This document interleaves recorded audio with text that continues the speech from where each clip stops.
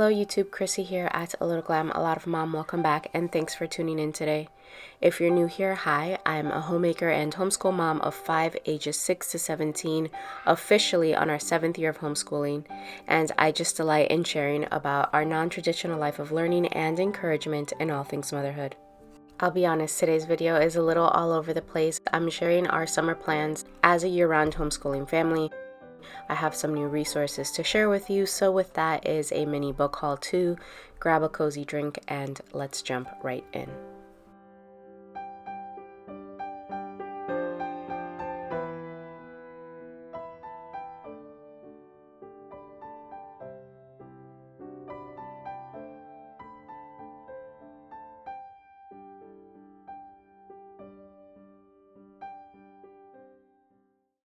Let's start with summer reading. My teens allocate most of their reading books from the library, but if I know it's a book several of us will read or a read we want to own in our own library, I will purchase it. So I purchased Braiding Sweetgrass, and it reads drawing from her experiences as an indigenous scientist, botanist Robin Wall Kimmerer demonstrated how all living things from strawberries and witch hazel to water lilies and lichen provide us with gifts and lessons every day in her best-selling book, Braiding Sweetgrass. Adapted for young adults by Monique Gray Smith, this new edition reinforces how wider ecological understanding stems from listening to the Earth's oldest teachers, the plants around us. Again, this is the young adult edition, and I chose this edition mostly for the commentary and illustrations.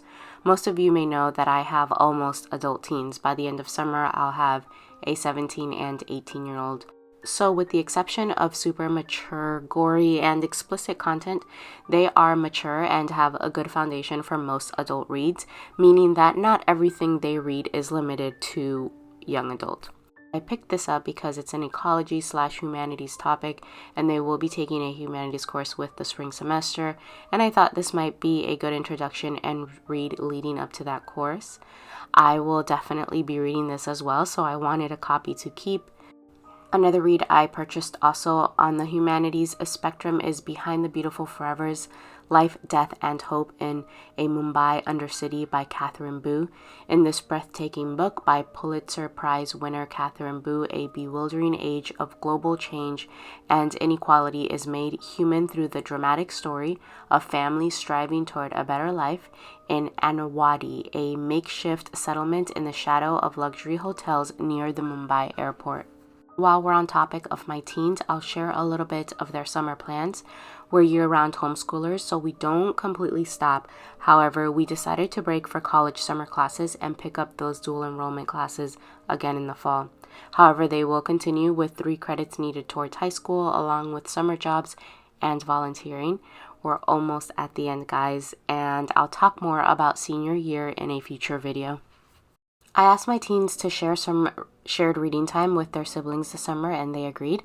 Ilani, 17, and Bella, age 10, chose Masterpiece by Kelly Murphy. This title was actually on our read aloud list, but we got sidetracked. The girls saw it on the shelf and claimed it as their shared reader before we got to it as a read aloud. I'm okay with that. As an independent reader, Bella is finishing something else right now, but next she chose Wonder by R.J. Palacio off of our shelf. Darian, 16, and Noah, 8, chose The Wild Robot as their shared reader. I read this out loud years ago. I don't know how much Noah actually retained then, being several years younger, but he's super eager now to read it, and they're already 2 chapters in. I encourage Noah to start the Zoe and Sassafras series. He's finishing up book 1. To his surprise, he's enjoying it. Bella read the entire series, and I suppose he thought it would be more girly than it is. Anyway, he might jump into book 2 if he chooses to, and if not, he's already chosen The Magic Tree House Vacation Under the Volcano as his next independent reader. Alright, moving on, I picked up a few new devotional/Bible resources. My teen son needed something new, so I picked up Daily Truth Scripture to meditate on in every circumstance. This is a men's devotional by Daily Grace Company. I placed an order by Daily Grace Co. for a few gifts for family and added this to the cart for him. It's snippets of reading along with looking up scripture for everyday things we may face, like insecurity, forgiveness, bitterness, struggles with sin. Short and sweet is just right for him in this season. The Action Bible, God's Redemptive Story. This is a graphic novel Bible. Bella got this a few months ago as a birthday gift. If you know my Bella, you know that she's all about graphic novels. She picks this up independently and has really enjoyed it so far. I also picked up this learning guide by Honeycomb and Handiwork, How Deep the Father's Love, Interweaving Nature Study and Bible. This is a perfect supplement to go along with our ongoing oceanography study and leading us into sea turtle season and Shark Week in July. I have a video on that main lesson block that I'll link in a card for you.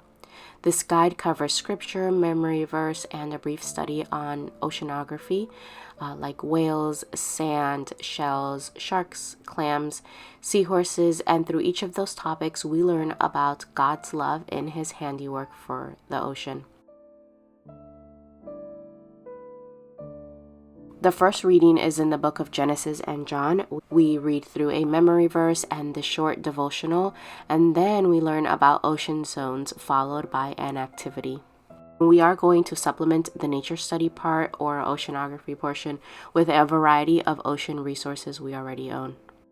Then we move on to the merciful love of God through scripture in Jonah and learning about whales, footprints to follow in the book of Peter, the gracious love of God in the book of John, seek and you shall find in 2 Chronicles, and learning about seashells, God is a good father, and the sharks, God's refining love with scripture in James, and learning about clams, grounded in His goodness through Colossians, and seahorses.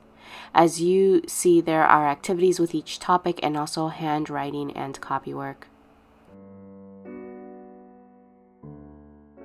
I think this resource makes a great pairing with Indescribable, Book 1, and How Great Is Our God, which is Book 2, since this is a devotional and science resource as well. I'm going to tab several entries that go hand in hand with the nature study topic, like to go with How Deep Is Your Love in the Ocean Zones. See the seahorses with Colossians and seahorses. Sink your teeth into this with the book of John and reading about sharks, and so on. We'll also source our reference book, We Love Whales, an Illustrated Celebration, and of course Ocean Anatomy by Julia Rothman has just about every point you want to learn about in an oceanography study. We have so many more books, reference books, picture books, and other resources we're utilizing during oceanography. And I shared all of those resources in that oceanography main lesson block planning video I mentioned if you're interested in seeing a full list of resources. So I mentioned sea turtle nesting season. We live beachside on a little barrier island, and sea turtle nesting season is a big deal and celebration in our community. We've been learning about sea turtles within community events and volunteer research for several years. We jumped right back in May with the start of sea turtle nesting season. We attended a sea turtle release and nature journaling with our Florida nature class friends. We even started a sea nest diorama. Also reading and discussing about conservation and rehab work. We're big on conservation, and this book, Follow the Moon Home, is one of our favorites to read around sea turtle nesting season. So I mentioned nature class, and we're in our last season of Florida nature class, so we're continuing through the summer. If you didn't know, last fall we started hosting a Florida nature class with homeschool friends. We've been resourcing the Charlotte Mason-inspired Florida Guide by Chicky and Rue, supplementing with her recommended book list and adding bits and pieces of our own style as we explore rabbit trails, slow down, and deep dive in certain topics. I recently posted a hefty video on nature journaling or notebooking, and I'll link it down below for you. Alright, let's discuss about what we're doing for literature studies this summer. 2 literature learning guides by Hearth Magic. I'm sure you're not surprised.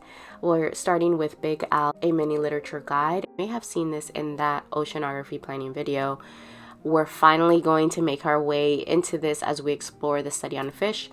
In this guide, we have storytelling puppets, tracing, handwriting, and copywork, several games like memory cards and tic-tac-toe, ocean-themed circle time, fish anatomy worksheets, and more.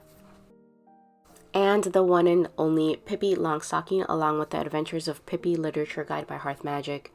So we read Pippi and worked through some of this guide about 4 years ago with Bella. She was a lot younger, and so we skipped around the guide some, and the younger kids barely participated, so it's time we circle back to it. In each chapter, there are activity tutorials and ideas like creating a map of Pippi's adventures, go thing finding and make a thing finding bag, Mad Libs, felt a dollar horse, create a tall tale, carve a walking stick, recipes and math games along with copywork, vocabulary, and writing or discussion prompts.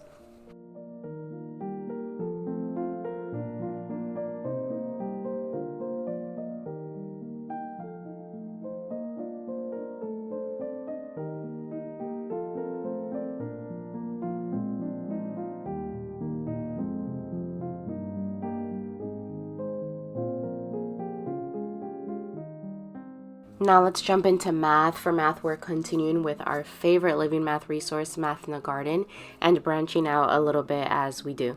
I hauled these outdoor math task cards at the beginning of the year, and to be honest, we've only gotten around to a handful of the activities, so I'd like to try more of these outdoor math tasks this summer.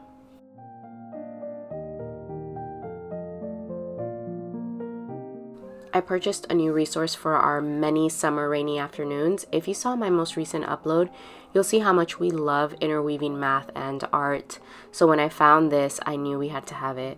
Math, art, and drawing games for kids, 40 plus fun art projects to build amazing math skills.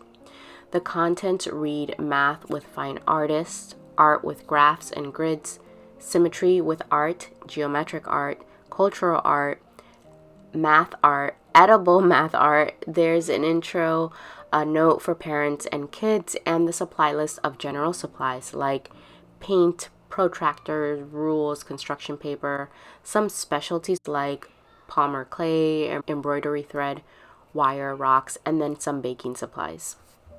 You guys listen to all of these math concepts this resource covers: addition, angles, area, balance, coordinate plane, counting, diameter, dimensions, fractions, geometry, graph, golden ratio, measurement, multiplication, negative numbers, parallel lines, pattern, percentage, perimeter, pi, positive numbers, problem solving, proportions, and shapes. And that's just to name a few. I love the picture instructions. The book itself is also really nice quality. Nice thick matte pages. My only wish is that it was hardcover. However, I'm super excited for this.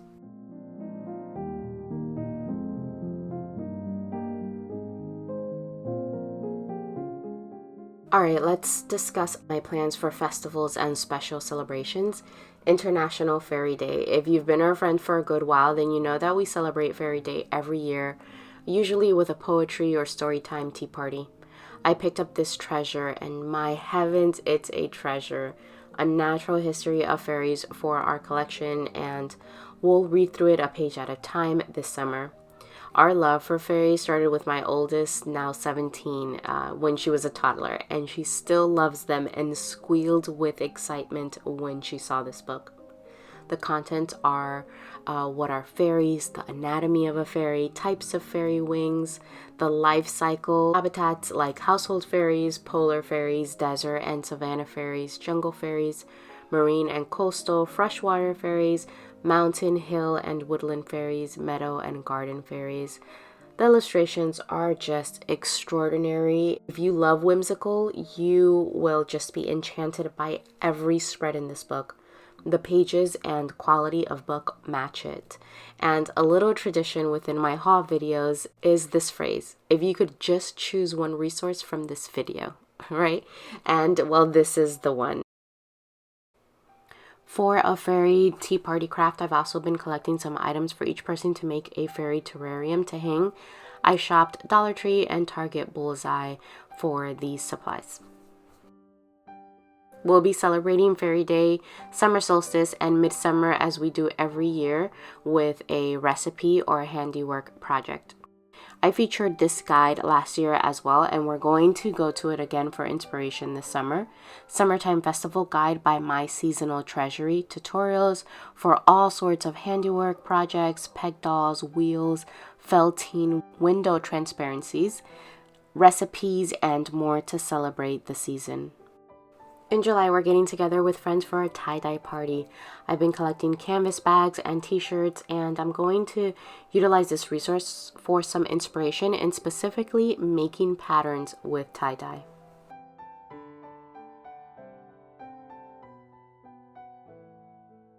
And another summer project will be making sun art. I sourced this sun art paper kit on Amazon and pairing it with a naturalist picture book biography on botanist and photographer Anna Atkins, and the first book of photographs and the invention of cyanotype photography.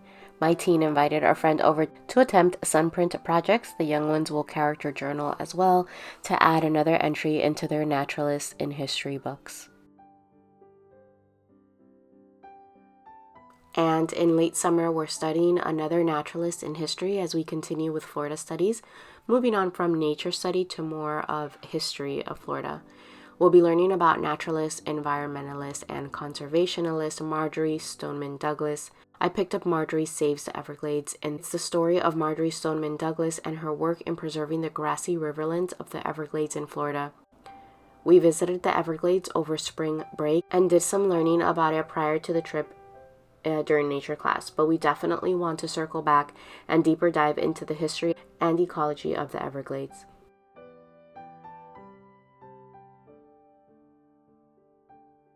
I also picked up Everglades, a lyrical tale of the Everglades with painted landscapes. I'm also resourcing several lessons by Firefly Nature School. I still have to bind them, but we have so far what's a wetland, types of wetlands, and wetland wildlife. So some of the skills practiced in these lessons are ecology, comparisons with writing and discussion prompts, artistic expressions by creating an advertisement for wetlands, featuring their benefits and values to educate the public, along with nature notebooking, scientific observations, field study, and taking field notes, geography, research, reading and writing extensions about cranberry bogs, and in wetland wildlife, studying specific fauna and flora to wetlands. You guys, I can't emphasize enough the importance and need of teaching conservation to our children. I'm putting together an entire cart dedicated to the study of environmentalists in history and ecology for kids to explore in our home, so expect a future video about it. Alright friends, that's it for today's video. I hope that you were able to gather some ideas of resources or some inspiration for summer learning in your home. Also, I'd love it if you'd share with me your summer plans down in the comments. Before I go, I do have one more life update to share with you. This is going to be my last video for some time this season. I'm taking a month off. I'll be back mid-July. No worries, all is well. I'm actually needing a break, and my daughter and I are taking a girls' trip to celebrate her 18th birthday. We'll be off in the rainforest somewhere with no content, very limited Wi-Fi. So I'm wishing you a happy start to your summer, and I'll be back. We'll talk again soon enough.